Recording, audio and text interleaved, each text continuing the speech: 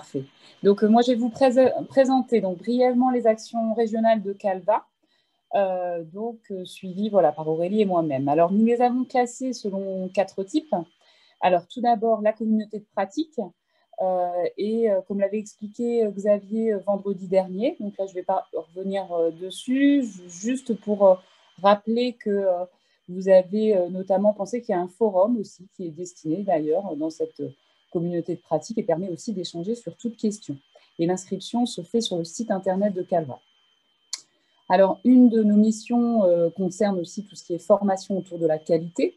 Et donc, il était important aussi de répondre à ces demandes et attentes, et on va en parler sur la slide suivante.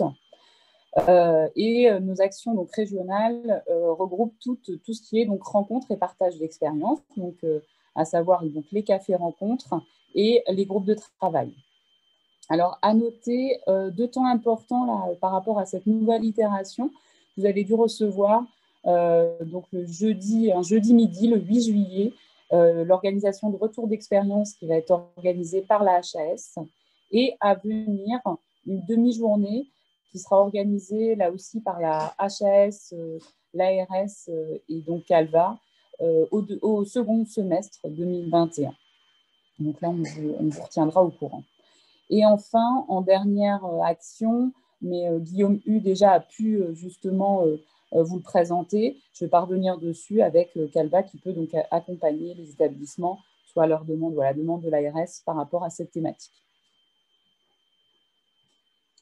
Donc, sur la diapo suivante, concernant donc, la formation, on a travaillé sur un parcours dès qu'on a pu avoir justement les nouveaux outils à disposition.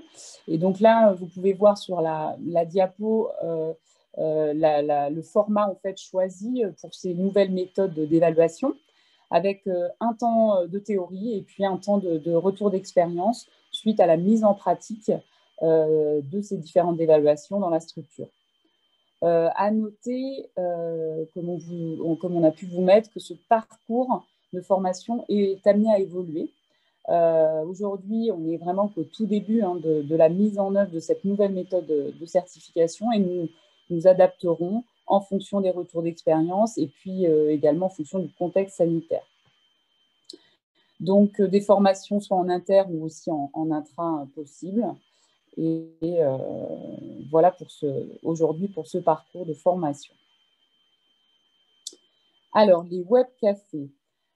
Concernant les webcafés donc certification, ils vont commencer à partir d'octobre 2021.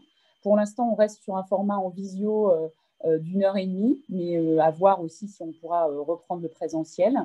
Bien sûr, essentiellement à partir de retours d'expérience. Et le choix a été fait de les faire par thématique.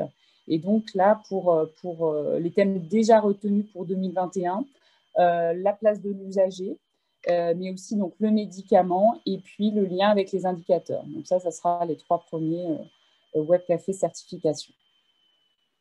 Alors enfin, concernant donc, le groupe de travail, il y a eu un premier groupe de travail qui s'est mis en place sur la certification et qui avait comme objectif justement de réaliser un premier retour sur le déploiement, l'appropriation de cette nouvelle certification et surtout ces nouvelles méthodes d'évaluation. Donc pour septembre, on diffusera le premier retour par rapport à l'ensemble des établissements donc présents qui ont déjà commencé à déployer ces nouvelles méthodes. Donc, on a plus de 12 établissements qui sont dans le groupe de travail. Et on saura justement vous faire ce retour aussi de ce groupe qui va terminer pour l'instant en septembre. Mais après, on verra sur les nouvelles perspectives ensuite à venir. Alors, pour terminer, nous voulions aussi vous présenter les premiers outils réalisés par le groupe de travail régional.